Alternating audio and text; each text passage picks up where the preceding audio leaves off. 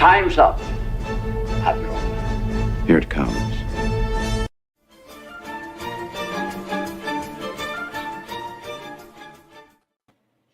Hello, everybody. Welcome to Doctor Who Cares Reviews, where we're calm and collected, and we never yell and scream about horrible shit being done. Oh, fuck that shit! Oh, hey, Dermy, guess what? What? All he does is chuckle.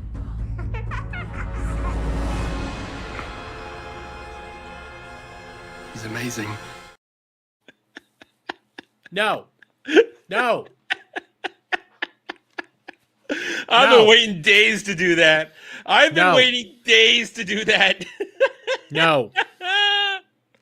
Just more annoying orange babies. It's terrifying. Welcome, everybody. We are here for the penultimate episode of Shooty Who's Season 2, Episode 7, Wish World. Taking bets right now. How many stands do you think show up tonight to yell at us? We've had they come around every week so far, past few weeks. Who gives a shit? I'm just curious if they're going to come around again. If they come around, I'm just gonna say, how's the show doing? Yeah, how's it doing? It's doing poorly.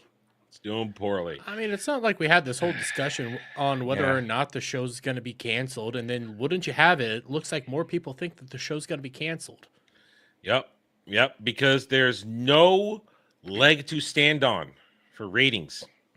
It's a disaster. I mean, yes, is it higher than I thought it would be? True. But these are still all the lowest ratings overnights of Doctor Who's entire history. Shooty owns every single one at this point. Every one. It's the difference between, I don't know, a heart attack and a stroke. You're still dead either way. Hey, I'm going to live. Don't worry. No, I'm saying the show. You predicted one. It was the other. So what? Yeah. The result's the same. All right, so tonight we're going to be discussing Wish World, where my first thing, even before we talk about the prologue and when she goes and gets Baby God, when we left Shooty and Belligerent, the TARDIS door exploded inward, correct? Yes, that's what we left off on. Because they arrived on May 24th. Mayday? But now, when this episode starts, it's May 23rd. And yeah, will that be explained? I don't know, but No, absolutely not. You have high hopes for the show. I have no hopes. That's the fun part. My hope is gone. Never. Actually, my hope's been gone since Jodie. So there's no hope here. No hope here. And before we go any farther, hail and howdy to everybody across the chats. We are happy to have you here with us as we suffer for your entertainment. Hit those like buttons, guys. Subscribe to the channels. And let's get on with the show. Yeah, so we left off with the TARDIS exploding inward, yet suddenly they're trapped in Wish World. But first, we have to now go to the beginning part. And when this started, I thought, what the hell is she doing? Why is she going after this baby? Why is she kissing it and things are happening? It was lost. Creepy. It was creepy the way she was holding that baby and doing things to it. Yeah. Oh God, that doesn't make it sound any better. Let's be fair though. We all know a good brown person likes a nice baby now and then. That was dark.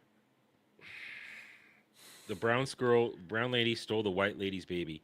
What I loved about that scene the most is the mother, who is still clearly in pregnant mode after having the baby, is more masculine than the man standing there going like this. I feel like it was pretty pathetic. I feel like I've seen that the father actor. I don't know. He just looked like a weirdo to me. I was I don't know if you guys would have done it this way, but as soon as I figured out who this baby is, I immediately thought of the potential for it. Let's assume that the God of Wishes is a thing in this universe.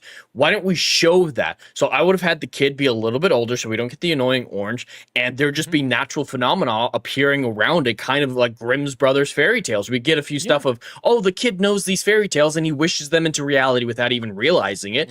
And so she finds out about this kid and she becomes the witch from Hansel and Gretel and lures him out into the woods to feed into his fantasy and his wishes. We can have a whole sequence like that. I saw creativity potential. I didn't see. I turned my brain off completely. I wasn't even thinking. All I saw was this baby, and then when they jumped to live action Eric's reality, I thought was, why is the baby still a baby? Well, it feels It's like been it's a going- day. Yeah, Wish World's only existed for a day. Enough I doubt don't know. I built up don't in a know. day. I don't know. I'm if trying to it's figure Elvin's out, existing. well, like how I try to figure it out is, so primordial beings at one point were mortals and were born from normal people Apparently. Sure. because it's the Sure. seventh son of a seventh son of a seventh son. They It's so really bad. lean- Seven. I mean, seventh son is a thing, but seventh son of seventh son. But man, they leaned into that way too hard. I was like, Mhm. I'm already rolling my eyes at this. And then of course, when I just picked the clip, when it gets revealed that it's a fucking god. I've told you guys, I was scrolling Twitter the other day, and some lady was just watching it, and she recording herself watching it, and they hit that scene, and the baby left. She just went, "That's it. I'm done. I'm out. I'm out. I'm done." Like a normal person would. Yes, but we're not So normal. horrifying. We're locked in. We're not normal. We have. Well, to I'm finish. locked in because I'm ready to finally see this all burn in hell. Yeah, it's going to burn. All right, so this was a 44-minute episode, and literally 30 minutes of it was just agenda-driven nonsense. Insufferable. I was asked, what's a single word you could apply to this? I said insufferable. Every turn you make, it's agenda, agenda, agenda. We've been talking about this. Ableism is word used. Diverse families. Oh my God, don't you dare be gay.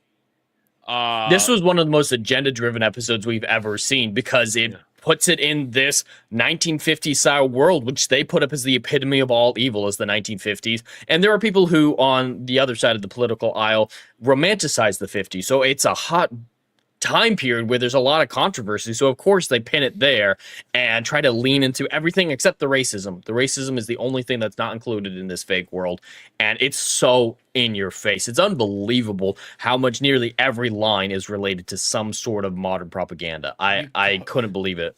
You call a man beautiful and he'll freak the fuck I out. know. I laughed so It hard. was so cartoonish. Yeah, that was one of my two favorite moments. My other favorite moment is when Belligerent ran out to the forest to yell. Why? And I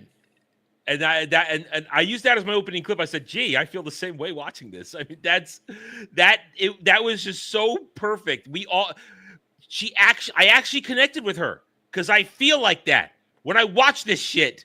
I want to run out to the middle of nowhere and scream because it's so bad. But then again, none of this makes sense. She ran out there to scream because she couldn't remember when she gave birth to Poppy or how long she was in labor with Poppy.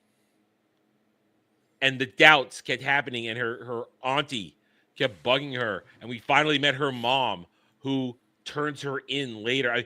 That is something that... Oh, bye, Jeremy. Stream just got a whole lot more hetero. But one of the things that really was amusing to me the most and a little disturbing was how readily RTD, and remember, RTD wrote this episode, no help, just him. How Mhm. RTD wanted to do a Big Brother society. That was RTD's obsession with Big Brother, calling people, your neighbor is watching you. My so-and-so has doubts. I think he enjoyed that a little too much. Did you get the feeling he enjoyed doing that a little too much? Oh yeah, he definitely liked the idea of creating this world where being gay was so bad. I don't think this is a world that he fears to be created. I think this is the world that he believes is real. Because a lot of these people act like this is the reality of the situation is if you're gay, don't tell your neighbors. They might call the cops on you and then you'll have an accident and shit like that where it's not like I don't know, Fahrenheit 451 or 1984, anything Orwellian where it's deep and complicated and the subtleties of that type of society are being built and it's a logical extrapolation of what could occur. This is just cartoonish, over the top, and from a man who believed most of the stuff is real. And it's pretty clear from the way he behaves that he believes Conrad is 100% a normal straight white man from today. Like that's just what people want these days. And he's so cartoonish and over the top, and along with everything else, that he doesn't realize, no one on this earth is like Conrad.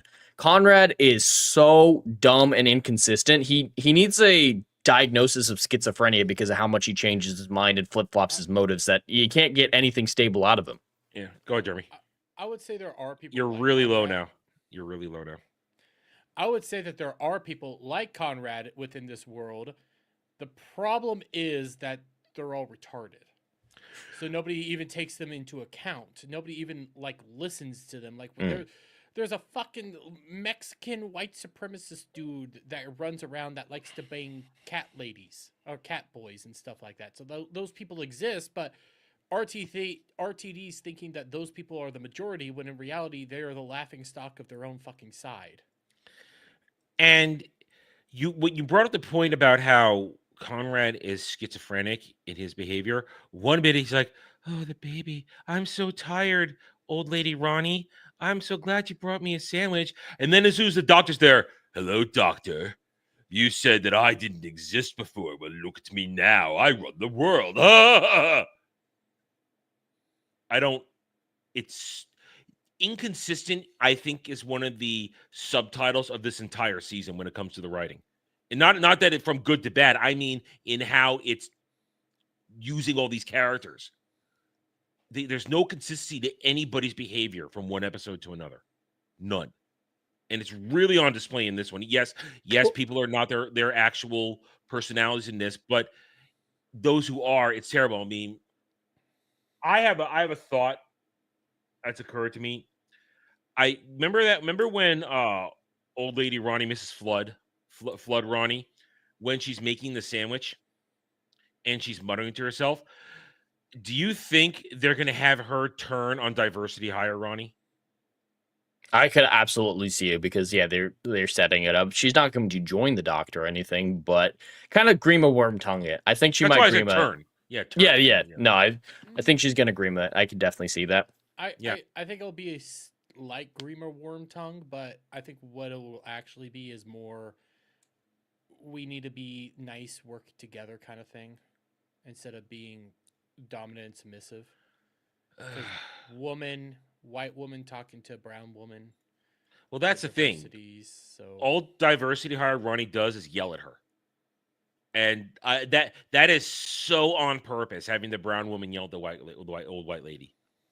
That's so done on purpose. And we're the racists. We're the ones who are the bigots and don't understand things. But they're literally writing the episode where everybody who's of color is yelling at people. And better now, Legatus? You're still really low. Yeah, you're still a little low. I was waiting to a better moment to get you back up there. But you don't get it, Adam. There are inconsistencies. It's all going to be explained in the next episode. All the inconsistencies from the RTD era. RTD actually came out on Instagram and replied to a comment and said, "By regeneration will finally be explained." I saw that. I didn't know when that was from. I'm like, is that recent? I don't know. Here's the thing. Did you know what they're calling him right now? Oh, God. Retarded? No. You know what the clever acronym for RTD is now in this iteration? RTD2. Oh, yeah. That's been going on for a while, yeah. I first saw that yesterday. I'm like, that's retarded. That's just dumb. I mean, he's retarded. It's so low bar, low hanging fruit creativity. And you don't, and if you're smart, you don't reference anything Star Wars. Now you don't. You don't want to connect that kind of failure to. You don't want to connect two massive failures to each other. It just makes an implosion of just cringe. But that everything, he has a lot to fix in the next episode if he's going to explain it all away. A lot. And all right, so let's go over the basis of what's going on here. We live in Wish World where essentially doubt is a crime, but it isn't a crime because it's what the Ronnie actually wants while she flies around in her hover bike looking at everybody. That was so bad. What was the point of that? So everybody could point and go, look at the beautiful brown woman. That's why. I wonder who she is. How dare you wonder who the flying lady is? But then if you don't know who she is, then how are you all in such awe of her? Because she lives in the Bone Castle.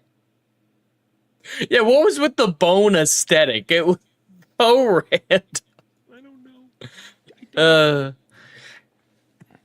And I the mean, dinosaurs. What did the dinosaurs accomplish? The That's- skeletons. I think that's supposed to push doubt. That's my assumption. They're But supposed. it's a They're beautiful like, I world. can't believe this is real. Doubt. That's what I think. That's what I think.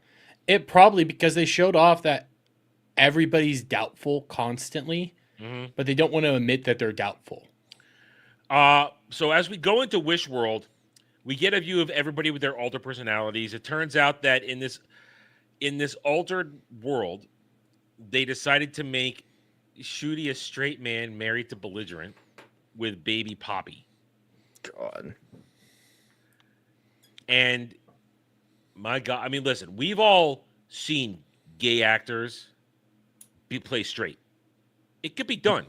if Oh, you're a good there's some actor. phenomenal examples like Neil Patrick Harris and How I Met Your Mother. Yeah, good, excellent example, perfect example. But Shooty can't do it. He can't pull it off. Can't pull it off. He's like, oh, hello, and he's caught. It's still gay. And they go through home life, and right away the cup breaking thing, it happens. You're kind of like, what's going on here? And they call it the slip. That immediately is a thing. Slips happen. Don't think about it. Don't have the doubt. And we go through everybody's temporary world, and they're just in another time and place. It would be interesting world building to know what the reality we're dealing with is in. But like we said, every turn, it's agenda. It's agenda. And it starts, of course, with Ruby showing up. And here's how bad the marketing was for this. I saw a marketing piece saying that Ruby's the only one who knows the reality. She didn't know shit. No, that wasn't marketing. That was what Millie Gibson said. That's a quote from Millie saying she's the only one who knows what's going on. But she doesn't. I know. I said this in my review that will be out tomorrow. It feels like they were trying to take aspects of things like Turn Left and the Stolen Earth and shove it into here with like Millie Gibson acting like she knows what's going on, but in reality she knows jack fucking shit. Yep, and then all the other people running around. Who's Raichu? Whose channel is that? That's not mine. Oh, that's you. That's mine. Jeremy's channel for $5. Raichu says, how long do you guys think the show will be on hiatus, if at all, and what race and gender will the next Doctor be? Jeremy, you go first. If it goes on hiatus, I'm going to say it ain't going to be coming back for another 10, 15, maybe even 20 years. Wow. Jed? I think it's getting canceled, so it'll be gone for a while. Those rumors of it coming back in 2 years might be true. I mean, all the rumors that we've had up to this point are entirely unsubstantiated, like Shooty getting fired and the show coming back after 2 years off the air. All those are so unsubstantiated that I don't take them at face value, but something's going to happen, and I feel like at least 5 years is reasonable. 5 to 10 years. I think if it does get canceled, yeah, it's going to be a while before we see it again.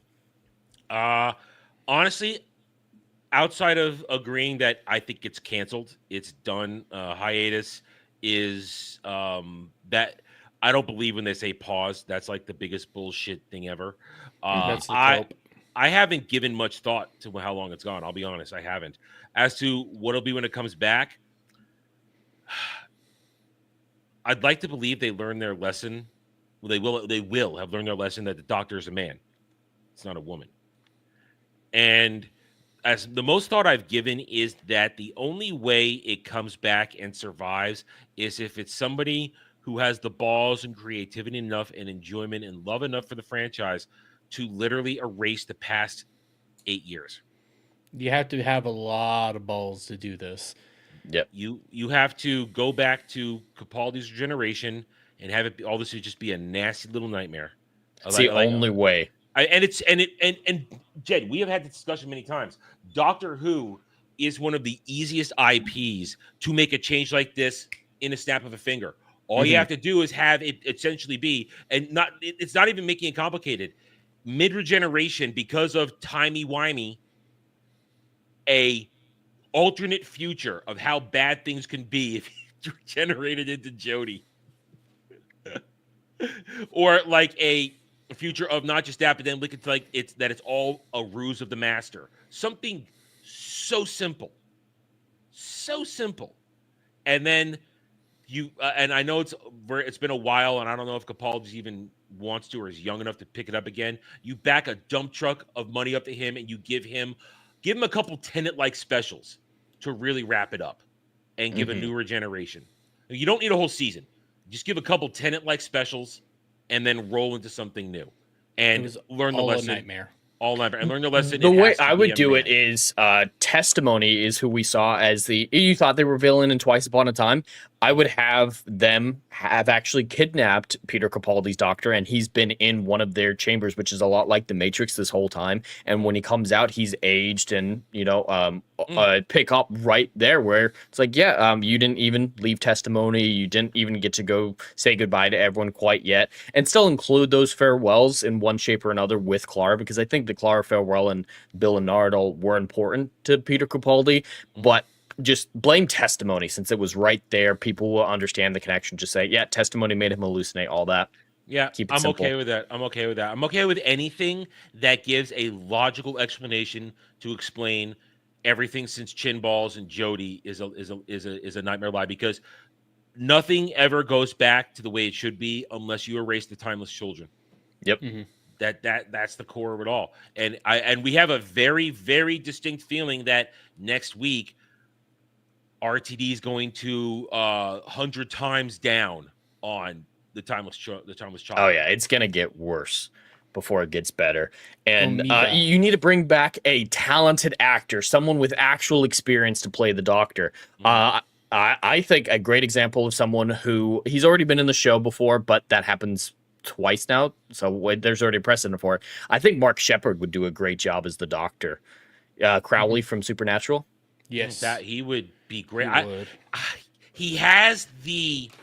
He's got that certain sarcastic quirk and that weird charm, but I don't know if he wouldn't be as Hero. quirky. He wouldn't be as quirky as Matt Smith or David Tennant, but I think he could do Hero. I don't think know he if could. do Hero. That's my thing. I don't know if he could do Hero. He was heroic in the 2 Doctor Who episodes he was in. I guess.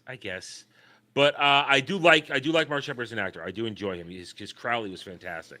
I'm trying to remember who was at the top of my list for somebody to come back. But I would say Henry Cavill. Well, that's a joke thing. But Yeah. I honestly, It's always a Henry Cavill. I would go young again. Honestly, I would go young again, but young, manly, young, robust. Like channel John Pertwee, but young. Channel that kind of energy, that kind of masculine energy, where the Doctor's going to be. I would go swashbuckling Doctor. That's what I would do. I'd go swashbuckling Doctor to reassert the masculinity, the hero, and get a bombshell companion. Make it hot and rock. Just do everything. Just max it out to the extreme. That's how you bring it back. You go from one. No, I would say this: no overarching story. I know that's at Adam. What are you saying? You love overarching stories? No, go episodic for a little while. Just one 2-parter, 3-parter to another.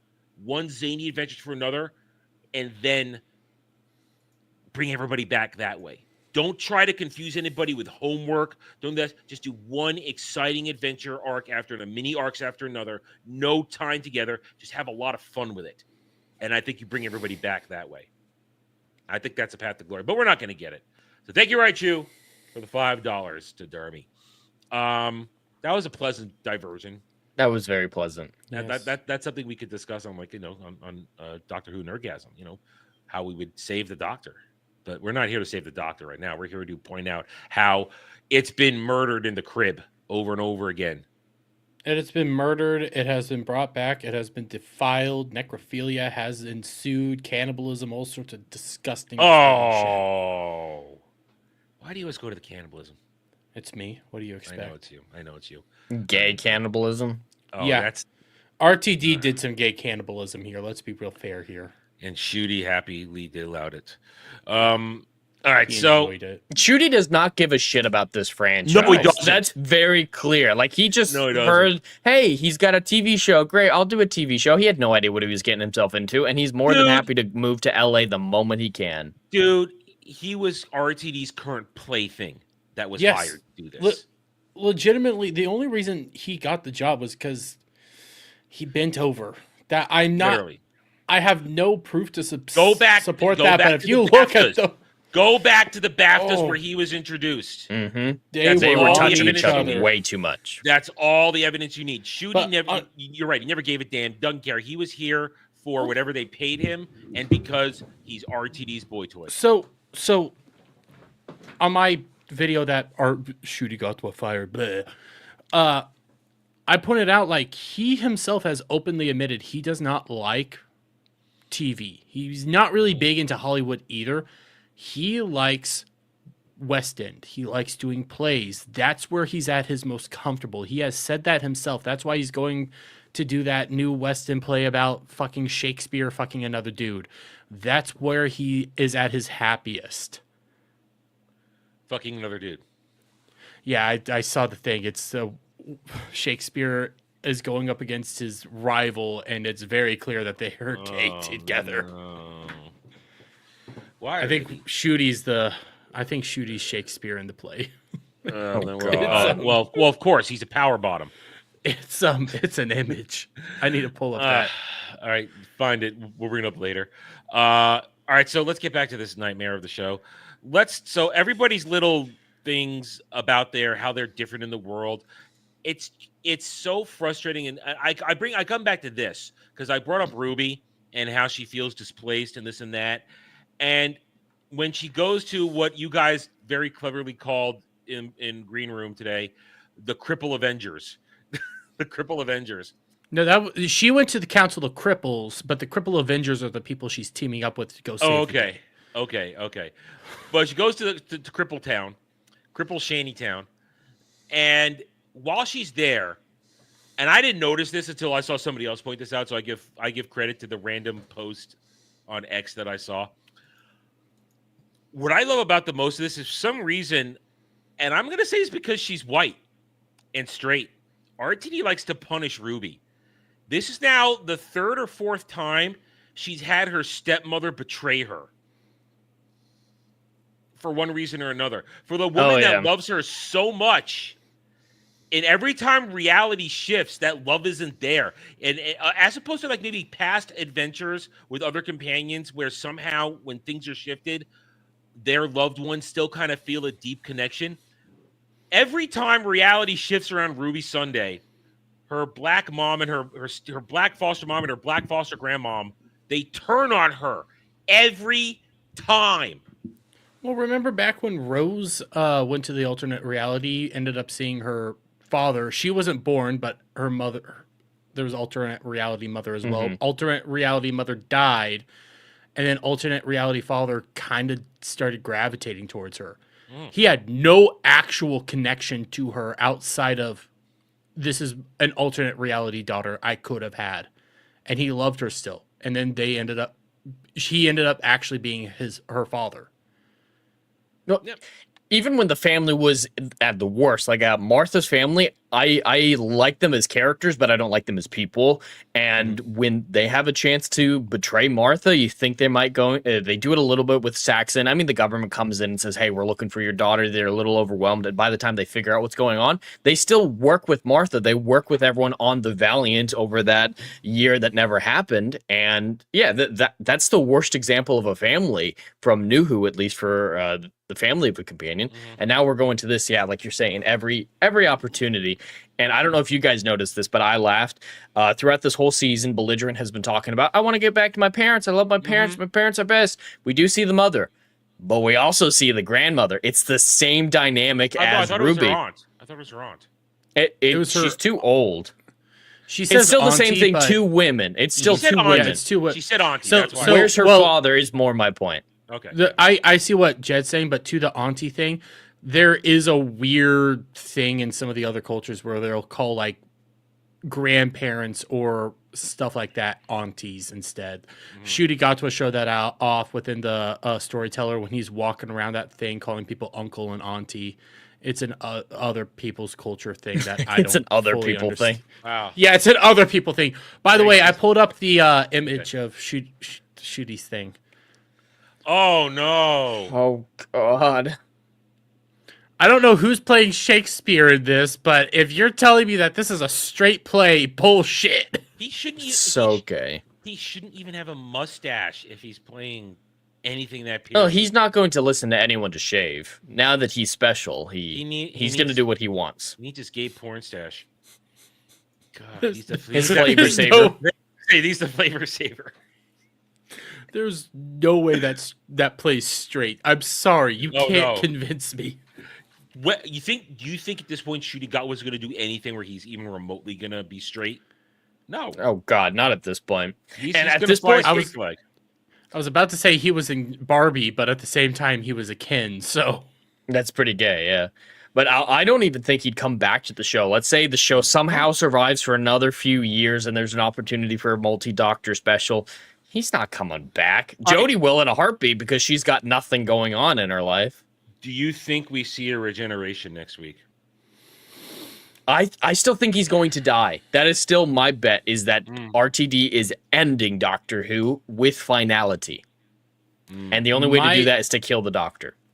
My bet, because we've talked about multiple things, it's either going to be an open-ended regeneration or we're going to establish Poppy's the Timeless Child.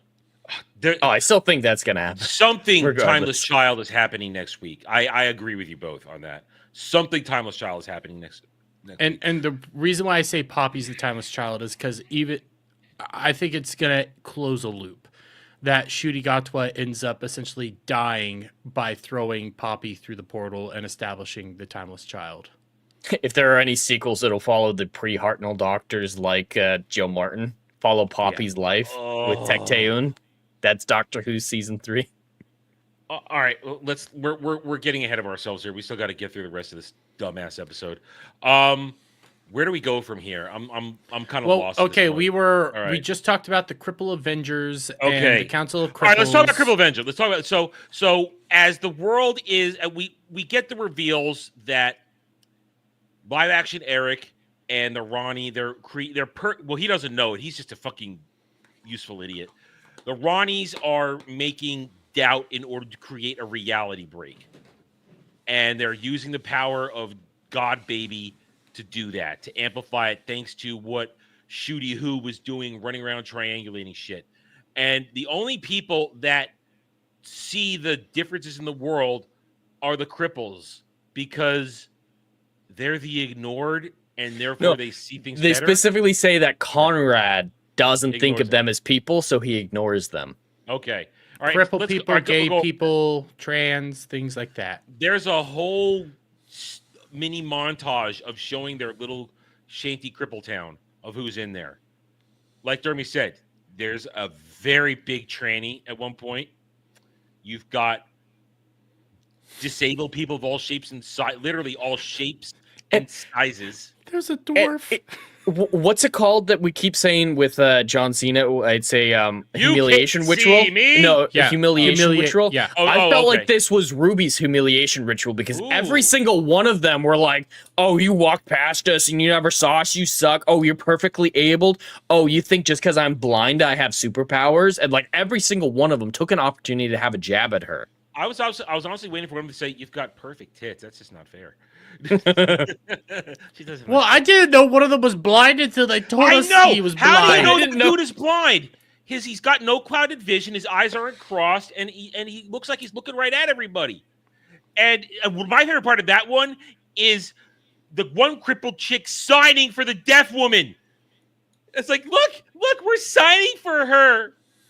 They really like deaf people. It's the second time this season that they've done signing and deaf people. Listen, all I know is they're pretty much safe from an actual genocide because nobody even acknowledges them. Yeah, they're completely safe. Yeah. I mean, so that the whole entire the cripples are ignored because in the perfect world they're just not seen and therefore they see everything better. It is literally being disabled is the superpower. Yeah. Mm-hmm. Yeah. Because gotta jump ahead real quick. The fucking cripple unit lady somehow grabbed an iPad for the past world and still has access to the fucking Ronnie's castle for some fucking reason. Which doesn't make any sense because That's a pad for unit, and it's not unit's building. Unit Avengers Tower is on the other side of town. It's completely separate. Yeah, and they're very inconsistent with how this Wish World stuff works because, yeah, Conrad can wish it to be the 1950s and there'd be 1950s houses everywhere with those yellow cups in all the houses. But he can't wish an iPad away. He wishes most of the other technology away. What are the levels? Is it all crippled people's possessions are completely untouched because he doesn't see them? Like there's no rules, there's no explanations. It's just reality breaking means it's okay that it's nonsense. Anyway, so we get glorious you moments. could do some fun stuff with reality breaking. You could do some really clever, creative things, and all we got is nonsense. Yeah. At least, like, when reality breaks, you still need some sort of a rule check, and I get it, okay? It sounds retarded for me to say reality is breaking, why do you need rules? But you still need to establish that something here is going on, and all we got was just nonsense. Doubt. Everything was just stupid and Doubt retarded. is the only consistency. Doubt somehow breaks into the world of antimatter. I mean, what? No. A doctor's doubt, a Time Lord's doubt. Well, it's all their doubt together. His was just extra strong. I know. It's so why everything after 30 minutes of this, of everybody's adventures in Wish World, where everything's not quite right, and Ruby joining the Cripple Avengers. It takes way too long. We finally get to Shooty Who getting pulled out of it because he's sitting there watching TV, and here comes his gay Bridgerton lover Rogue, who he knew for like an hour or two. And but I forgot he was in a hell dimension. I forgot that's where he went, to a hell dimension. I didn't know he went to a hell dimension. I just remembered it was a different dimension, and all I know for sure is that hour must have been fucking great. They were gone for a long period during that episode. And he's like, you just remember, Doctor, I don't have long. Tables don't work like that. And I love you. Gotta reinforce that he's a gay man in the closet, and the only way he's gonna get right is if he gets out of the closet and breaks free again. Yep, reality is saved by coming out of the closet. And yeah, and then he's gonna sit there watching Muggs fall until Belligerent turns him in. For being doubtful and gay. And then she gets turned in by her mom, who just happens to be there too.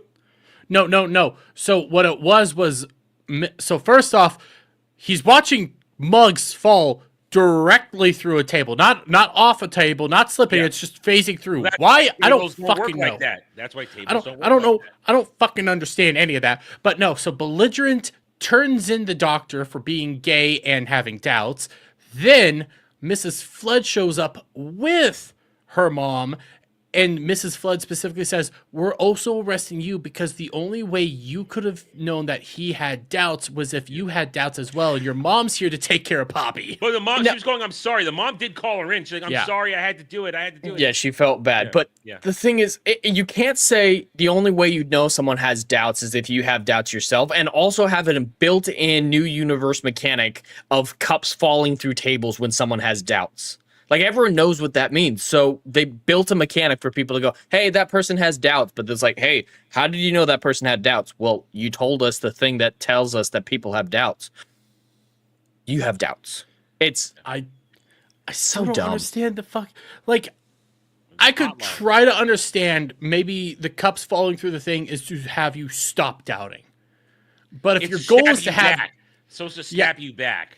But if your goal is to have doubts and everybody freaks out the moment you have doubts, but Ronnie wants you to have doubts.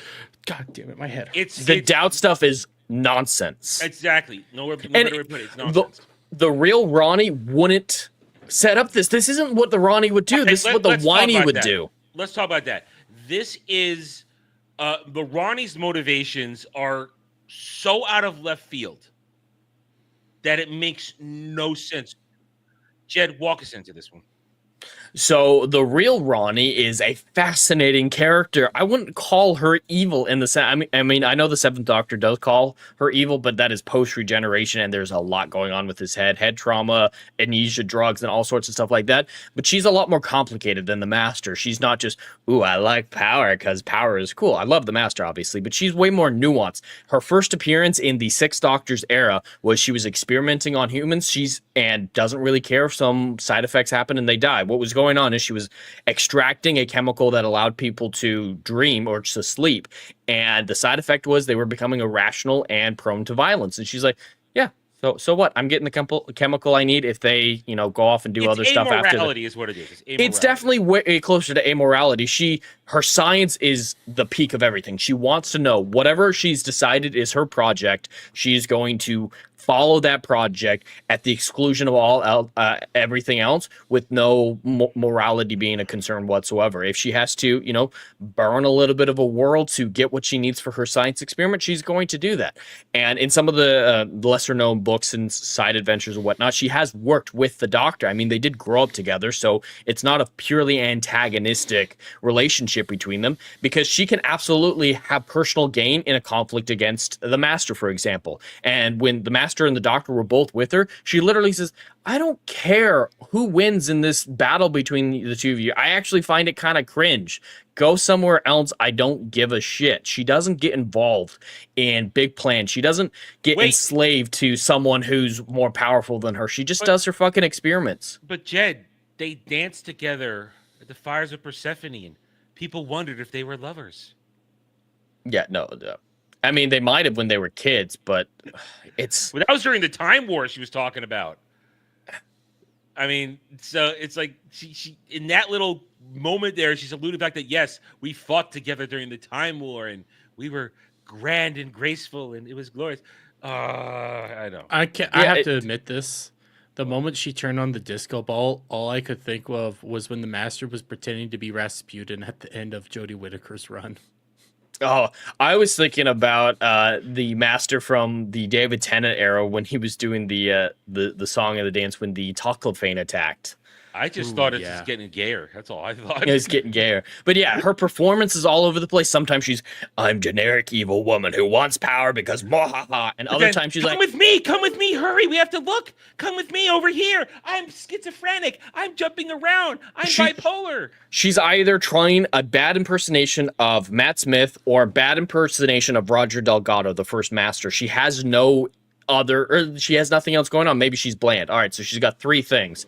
And none of those things are the Ronnie. The Ronnie is a fascinating character. I wish we would have gotten good Ronnie before this point and knew who some more people could enjoy her, because she only was in 2 classic Who TV stories. Yeah. It's not a whole lot. And the Seventh Doctor era wasn't good. I'm going to have to say that. It got canceled. It's a good thing the show got canceled. I'm going to say that. I know that's controversial, but the Seventh Doctor's era was bad. Not just whatever. Sylvester McCoy was great. The companions were good, but question mark Kane. That always gets me. Question mark Kane. It's still better than the Sixth Doctor's rainbow suit. The rainbow suit is bad. Sixth Doctor, alongside Tom Baker, was one of the first Doctors I ever saw. Really? Sci-Fi Channel was showing a bunch of the Trial of the Doctor, and I was so lost. I really like the Trial of the Time Lord. I think it's one of the last good things to happen in the show was the Trial of the Time Lord. But without context, it'd be so confusing. When you're like 9-10 years old, you're lost. Oh no, I'm sorry. I was 10 or 11 actually. But you're so lost. You have no idea what's going on. And it was like one of these ones where a companion got captured, and they were retelling an adventure where she got captured, but she got turned into something, and it wasn't her anymore. She was bald, I think. It was crazy. And then he was trying to help her, but then the TARDIS freezes him and sucks him back in, and he left it. It was a crazy thing, and I just remember being so lost in what I was watching. I had no idea, but I was still captivated. Is my point in the end, though. Mm-hmm. I was still captivated by what I was looking at. I had no idea this was Doctor Who. No, but I'm just like, whoa. Trippy and crazy, and I can't look away. I'm into this, even though I'm completely out of my depth. And now it's a black gay man who runs around with a little black child. But Next time. But in the end, the Ronnie wouldn't behave like this. This wouldn't Yeah. be her motive. She wouldn't be working for Omega or anything like that. She would be out for her own gain and the fulfillment of her scientific experiments. And that's a fascinating character. But I would- instead, we have I- overacting and cringe. Mm-hmm. I have a dumb question. I accept this question. What is it? Could the Ronnie actually be Tecteun? No. Here's the thing. So in my research, I had to go research on Omega, whatever we're going to call them. I had to go research because I knew nothing about this. I as I said over again, I'm a casual Hoolian. As I just revealed, I dabbled a little bit in whatever Sci-Fi Channel showed me when it first was created when I was a kid. But that was my only exposure to Classic Who. I didn't really become into it until New Who started. And since then, whenever old stuff came up, I either gave myself, I remember at one point, I gave myself a crash course of all the original Doctors. I went through back when before Wikipedia became more unreliable. I went through it all. I gave myself a crash course of what all the Doctors did. I remember watching in between all this before I watched the Eighth Doctor movie. I remember watching that with the Paul McGann movie, which I thought was cool at the time.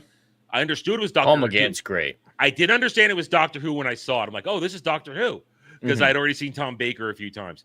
But anyway, so I gave myself a crash course, and as I've gone through my era of New Who, whenever something I realized was harkening back to Classic Who, I would go and do my research. Because unlike Jed, I haven't watched tons of Classic Who, so I don't know what's going on. But that's what you do. That's the right thing to do. You see something, you go do your research so you know, and you could talk about it. So I had to go do my research. And when I was doing my research, they have some new imagery from this current era of New Who, where they show 3 Time Lords: Omega, Rassilon, and the Other. And they're saying, I believe the Other is Tecteun. That's the rumor right now that people are going to do. And we do know that Rassilon and Omega were contemporaries. They're the founders of what you would call modern Time Lord Society. What we know of as Time Lord Society is absolutely founded by them.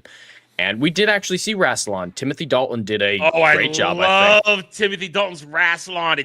See, now that's overacting, but you're chewing scenery and you're just kicking ass doing it. That's glorious. And when we saw Rassilon again in the Capaldi era, also did a good job. Wasn't anywhere on. It wasn't the same level as Timothy Dalton, of course, but yeah, that's the rumors that Tecteun was the third one and that she was cut out because she's a woman.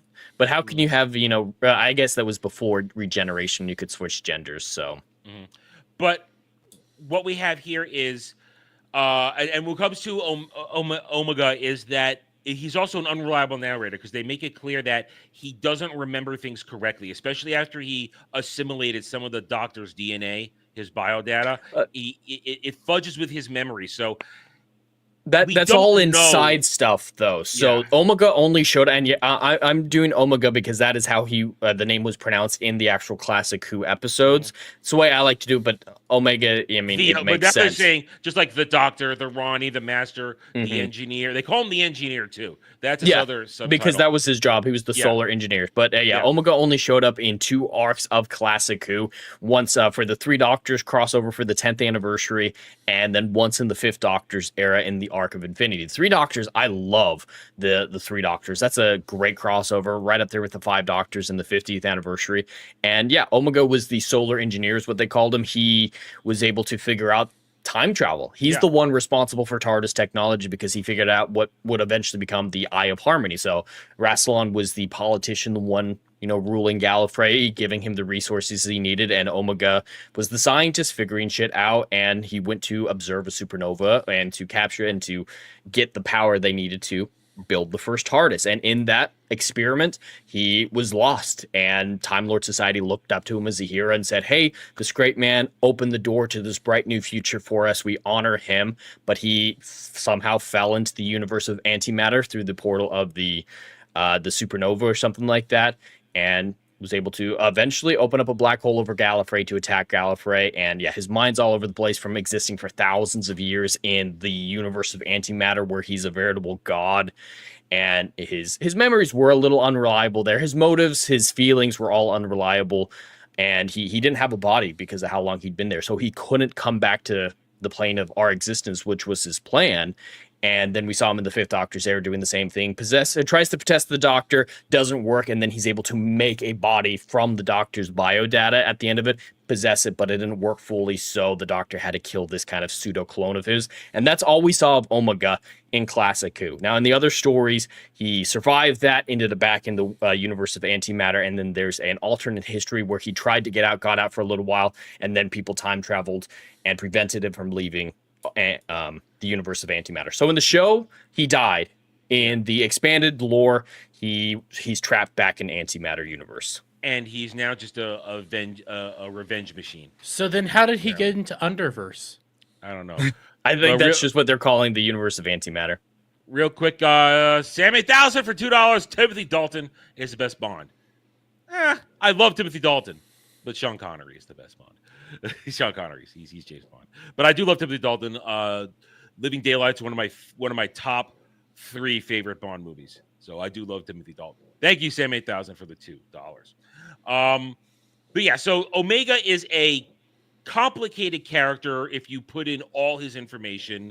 He's a tragic character. Yeah. Like, even the Doctor's like, I feel bad for you. No wonder you've gone insane. I have to stop you, but you were our greatest hero, and to see you like this is heartbreaking. And if you take in the expanded lore, which it seems they're going to do, he feels like Rassilon betrayed him. He said one of Rassilon's underlings betrayed him, chopped off his hand. The hand was a relic. There's all kinds of shit going on. But like Jet just said, he only appears physically in 2 arcs in Classic Who. And in another time and place, bringing back a villain like this might have been cool. Another Time Lord like this might have been cool. But doing it like this, where reality has to break apart to reveal his prison, how does that get to the... Jet, how does this get to the antimatter universe if that's where his prison is? And yeah, how is doubt breaking apart reality? Why is it on Earth?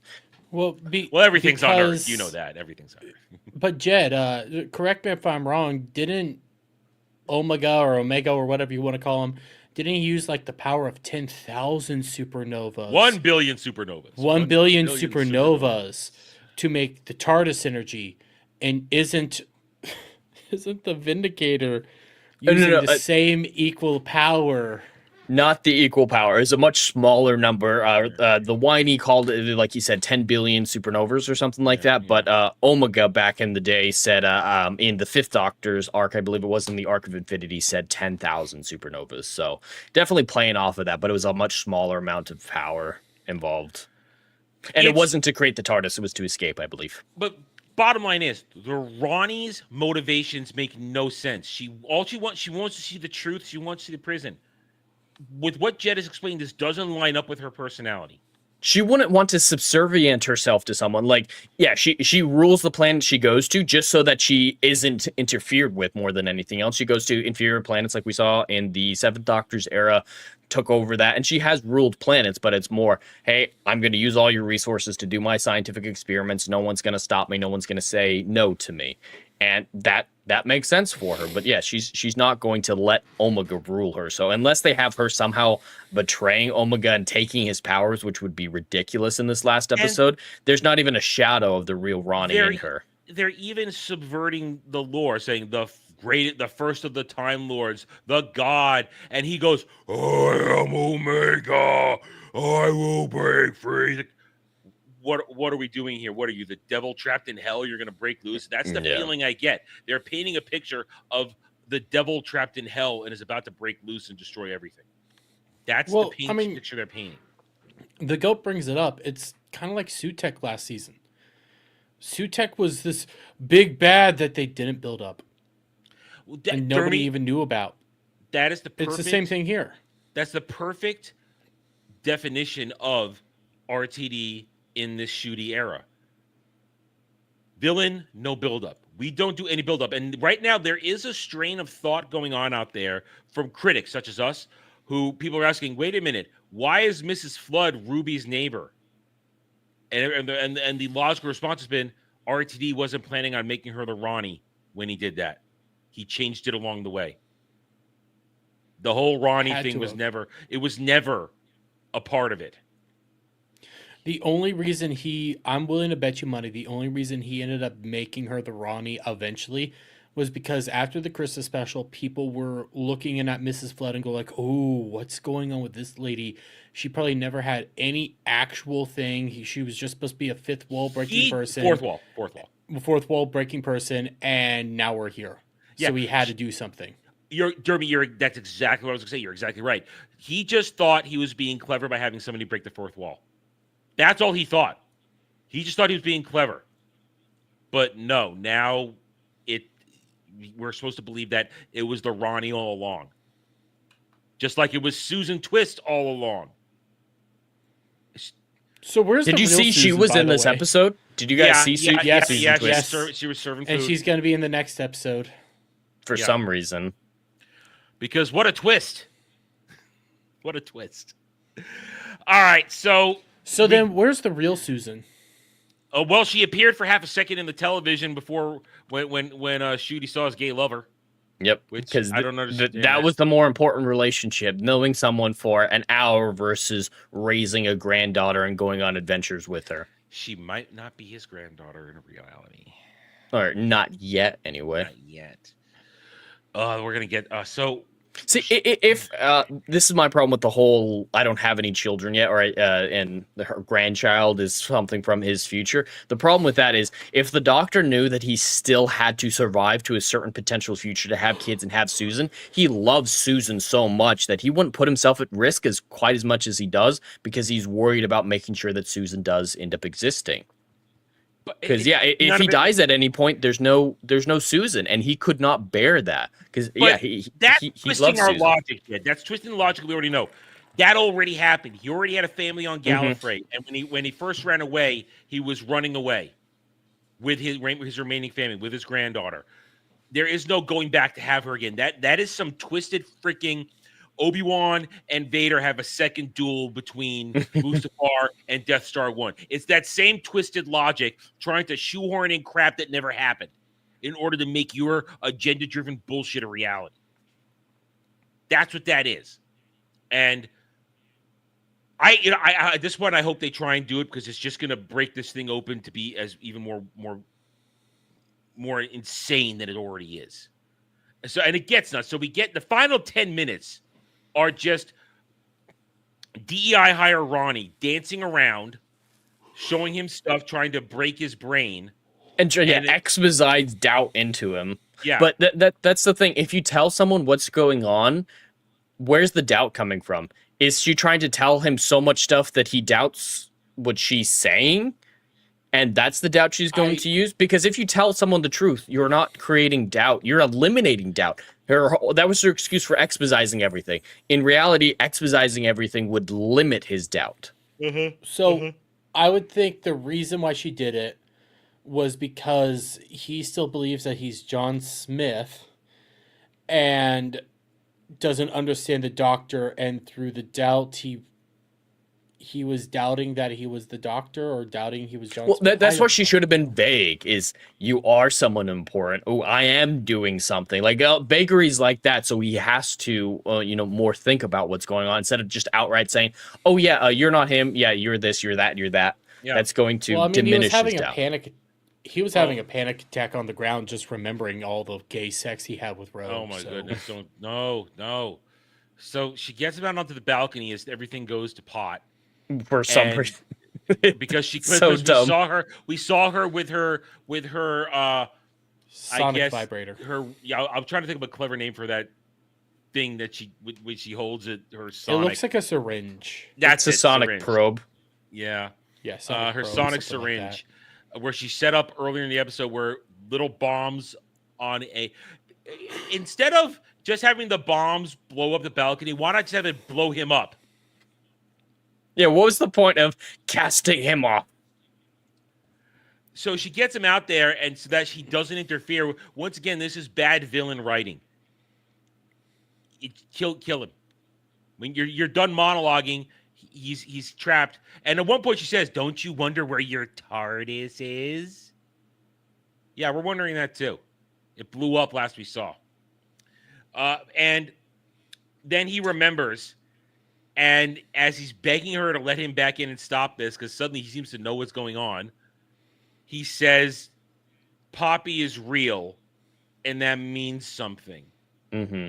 As he's falling, without gravity's effect on him, Yeah, that was my thumbnail. no one It was else brilliant. is falling. I know. I loved it. I'm more confused on how is Poppy real? What, like, Poppy's real, but isn't everybody that we've seen so far real? So then how? But who's I fake? think I think what he meant is his He's DNA really- relationship to her is Mhm. real.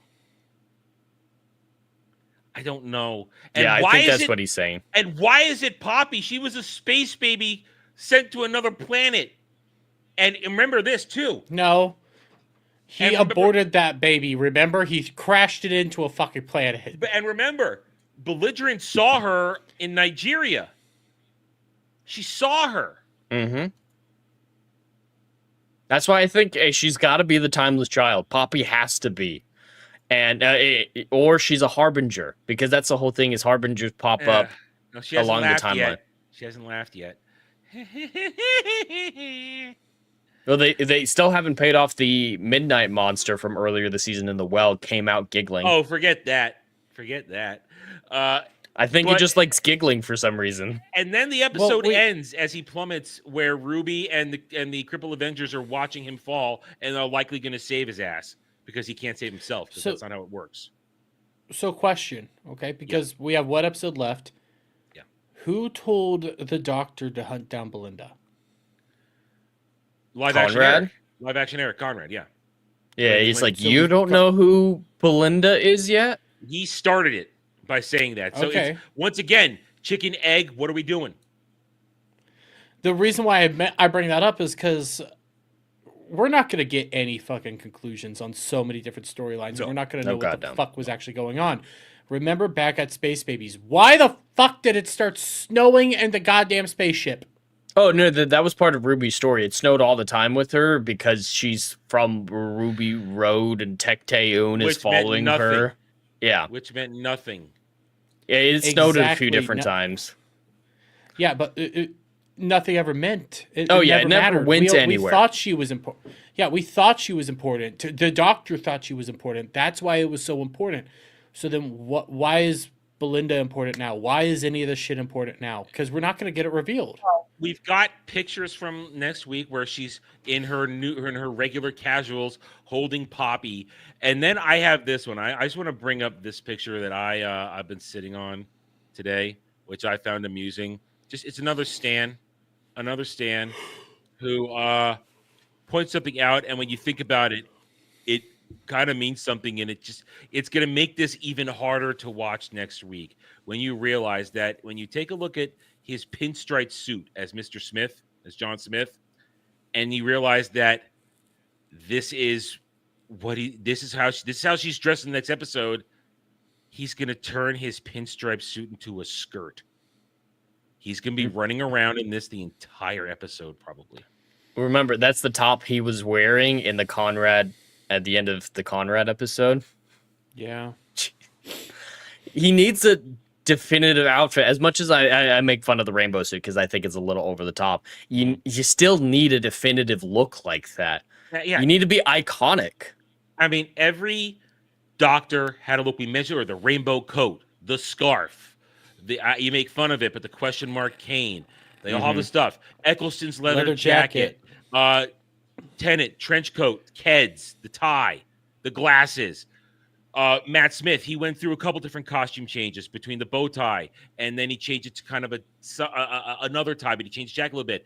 Capaldi went through his initial look, which was great with the jacket and the shirt. Then he went for the hoodie. I hated the hoodie. The hoodie was terrible. But then he went back to the jacket, and it was Yeah. badass again. The scarlet jacket with the cuffs or whatever, the Yeah. frills, that one was Yeah. great. Yeah. Very doctory. Doctors have a look. They have a uniform. Jodie, in all her retardation, even had her goddamn rainbow suspenders uniform. It was awful, but yeah, at least she had a And she consistent never look. changed out of it. She wore it every time. Yeah, she put At on a least scarf once in one episode, and that was a rainbow And a scarf. At least- fez. Put in a and- fez Well, I once, mean, too. like, oh god, don't. No, that's Matt Smith. David Tennant at least changed the colors around. Yeah, there but were it was slight always the same outfit. variations. And I know, with yeah. Matt Smith had different color bow ties as you know- well. There were no, slight still the uniform. variations. Mhm. It's still Yeah, there the was- uniform. But you also knew that with Matt Smith, he also had to have his fez. Most of But- the time, yeah. But like, as I bring it up in the chat, we could actually see a silhouette of every previous Doctor and recognize them on their silhouette alone. Even Jodie, I could do. And Shooty, I just not sure how well that would work. Because he's going to Well, it turn. would just be a black man. It would be easy. He's going to pick turn out. a nice pinstripe suit into a skirt. Well, like Joe, technically, Shooty does have a look. Gay. They have shown us his iconic look, but he's only in it like twice, Maybe 3. and it's Maybe 3. maybe 3 because He it's should- that the very first time yellow we see him. that. Yeah, The very first time we see him, the end of Ruby's run, and he's wearing it when we stood. Wasn't he wearing it during Joy to the World? I think during Joy to the World, and I think he was wearing it when he was running after Belinda. Yeah. Like And ever he since has a then, look, but you never see it. At least everybody It's else not a see their look. terrible look. I think switch out the Mm-hmm. T-shirt and it's okay. But yeah, he's worn it like twice. Yeah. And there's no consistency, which is what we've said. This season is a season of inconsistencies on all shapes, ways, shapes, sizes, forms, everything. But now here we are. We've already talked about Reality War next week a little bit. This is the end. This is the end. There's no Christmas special planned.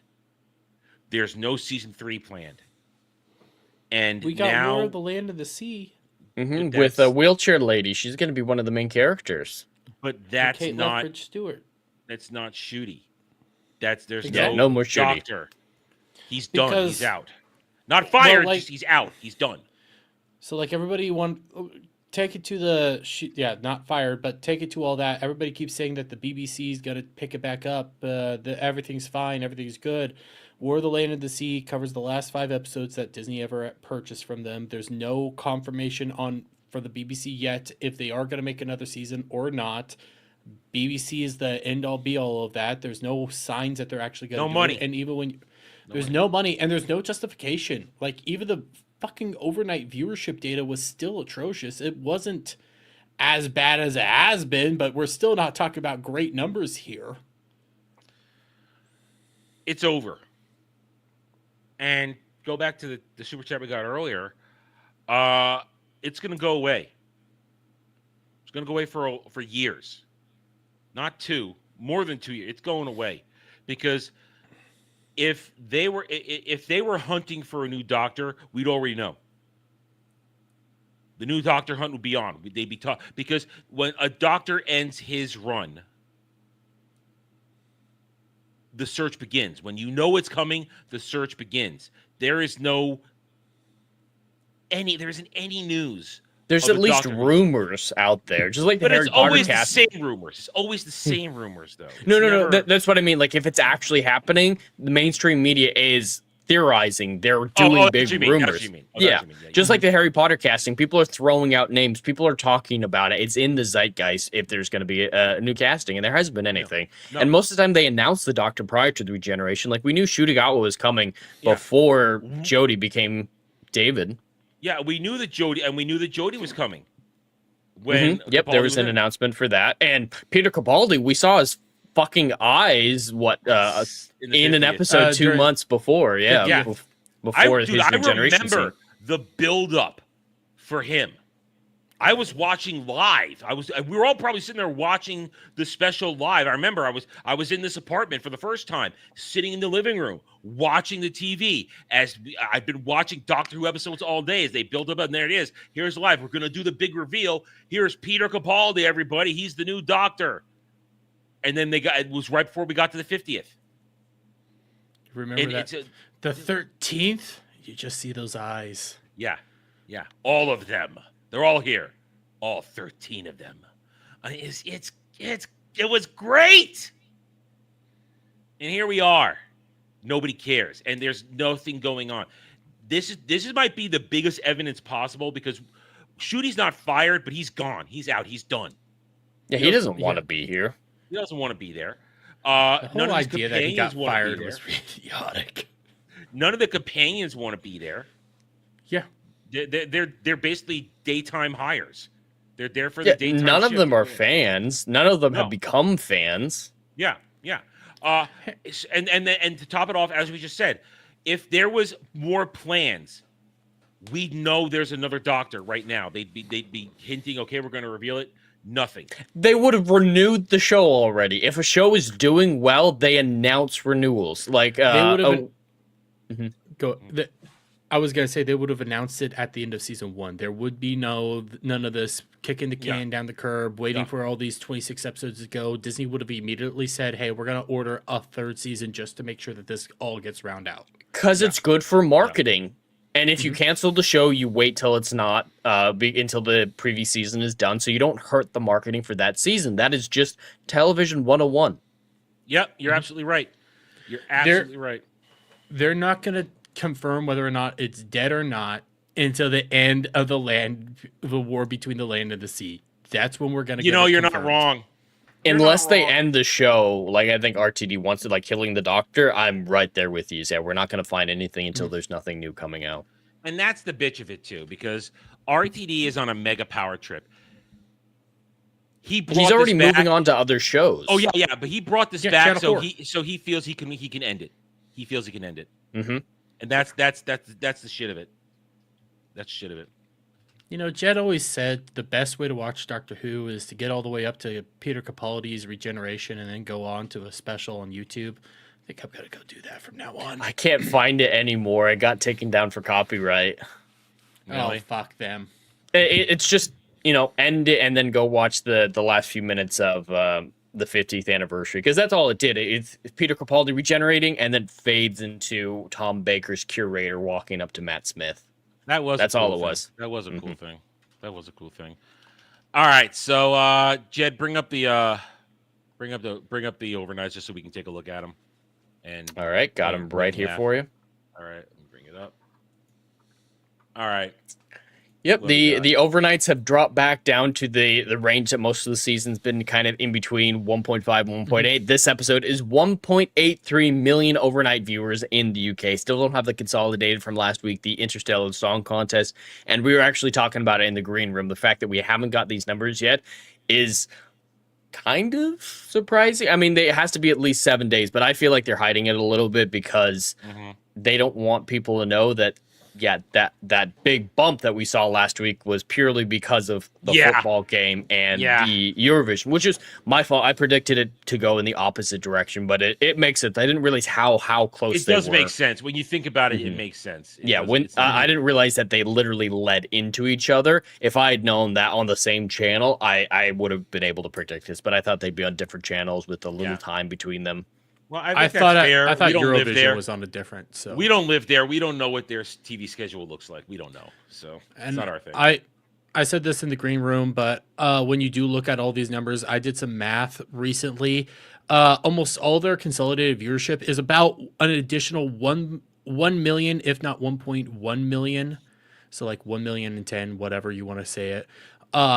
And all that except for the 5th episode, that's when they started dipping down into about 0.8 in addition to their consolidated viewership. So when it comes to last week's episode, that number is going to be so much smaller. Nobody watched it. Nobody Not watched a single fucking person. That is the key to all of this. Nobody watches this shit. I haven't heard a single stan try to argue that it's getting tons of views on Disney Plus. Remember how hard they were fighting that last time? Remember how hard they were pushing they were that very point? desperate for that. They even wanted dead. Let's believe that so badly. In the recent rumors around about I just realized that got shut off. But in the recent rumors around when it came to like Ncuti Gatwa ending and leaving, going bye, whatever. Even Deadline put out an article and said, yeah, the Disney numbers aren't good. None of these viewership numbers are good. Even over on fucking iPlayer, they're not good. Nobody can justify this. Everybody's coming to the real fans are realization gone. it's dead. Real Yeah, fans are gone. I just can't wait till the stands do the same thing they're doing with Wheel of Time right now. It's like, if only these greedy people would realize that the show's actually super popular and not be greedy. Give it time to cook, guys. Yeah, give the 60-year-old show time to cook. Well, chat, the Aries is saying good stuff about the show because he got a cameo. He's Access Media now. Yeah, we were talking about that before we went on. Yeah, that's He was a member of the Council of Cripples. That's a shill. That's a pure shill. Wanting longer 15 minutes. All right. Any last thoughts before we consign ourselves? I just hated this episode, I think, more than most people because I'm familiar with the Ronnie and Omega, and I think Omega is a great character as well. The tragedy of Omega to build Time Lord society and then to lose himself as the price of it. Like, it's a great idea. It's not as well done in the Fifth Doctor's era. Like, the performance wasn't as good, but in the Three Doctors, it was phenomenal. And the Ronnie, I find, is a complicated, like you said, amoral character. We can do a lot with an amoral character versus a maniacal rule the world type villain. Yeah. The Ronnie offers a very unique perspective when it comes to an antagonistic force or a pseudo ally in Doctor Who, and we're never going to realize her potential because this is what most people are going to think about the Ronnie from now on. The people who aren't familiar with Classic Who, they're just going to think, oh yeah, she's that one from Judy's era, and we're never going to get good Ronnie again. I mean, because think like this, we already had the Master as Missy, which was brilliant. Missy Michelle Gomez was fantastic. We've already seen Crazy Female Time Lord. This is like a pale imitation of Missy, is what it is. Mm-hmm. Yeah, it's way too much like Missy. And the Ronnie would have been so different. Why don't they want to be different and refreshing? Hey, Jed, I'm going to give some pushback, okay? I'm going to give just some slight pushback. Nobody's going to remember this Ronnie, and your Ronnie's going to still be the Ronnie because nobody's fucking watching this shit. That's true. You're not wrong. You're not wrong. So you're in the clear there. If I have a final thought, I'm going to say that I rival Jed on how much I hate this episode. Not for the same reasons Jed hates it. No. Fuck that shit. No, I hate it because I'm editing it and I'm looking at every little thing and I'm realizing just how fucking empty it was. Just how worthless so much of the shit is, and going over it again and again and again and again. I'm ready for it all to just burn. They take so long to say nothing. We didn't mention this. Once again, an episode where the Doctor does nothing, figures nothing out for himself. He's given all the explanations on a silver platter. Yeah. Does he cry? No crying. No crying. No, he has a breakdown though. I thought he might cry when he saw Rogue. We're gonna get. I think we'll definitely get some crying in the finale. We'll get some crying. There has to be. But that stands out. I only realized that now as we're talking about this. Once again, he gets an assist at every turn. Doesn't do anything for himself. Doesn't figure out that there's something wrong with the subs. Doesn't realize that. And I say this with all seriousness, that his gay thoughts are his right thoughts. That doesn't realize that kind of stuff. And I say that in all seriousness, that whatever personality, his real personality is in this stupid incarnation, he should have been forcing. This would have been better done if he had been forcing his way out on his own, clawing out, like maybe having a conversation with himself about this, not other people telling him this. His subconscious telling him, tables don't do that. But no, you had to bring back his gay Bridgerton lover Rogue. They clearly didn't get him back on set. I feel like they mailed him. Yeah, they mailed him the costume and say, "Hey, is there a green screen near you? Just get your iPhone out and say, tables don't do that, and I love you." Yeah, it's so bad.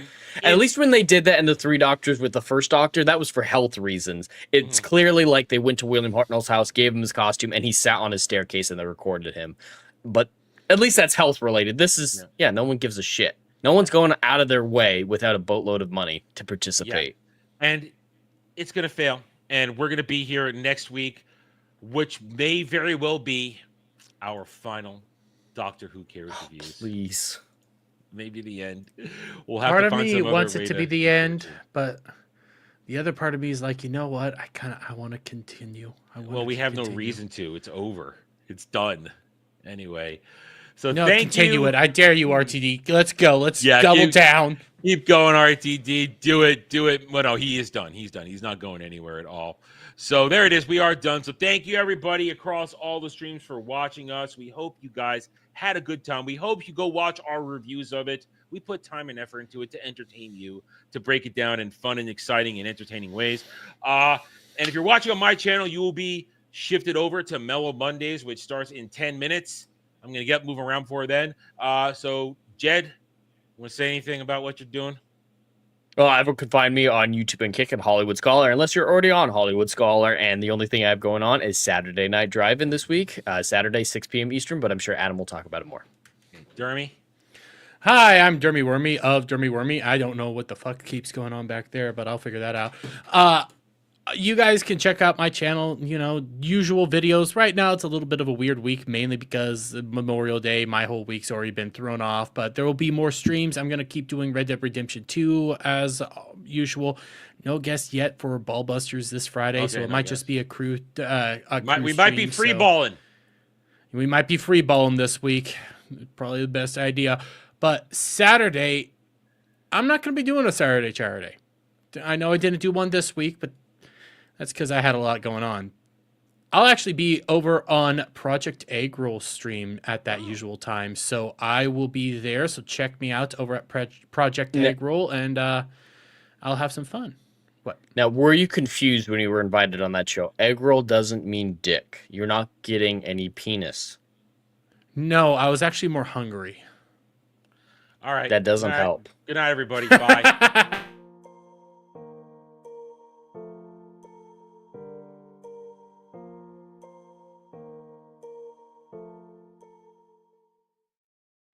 I just got out. Yeah. That was the best way to do it.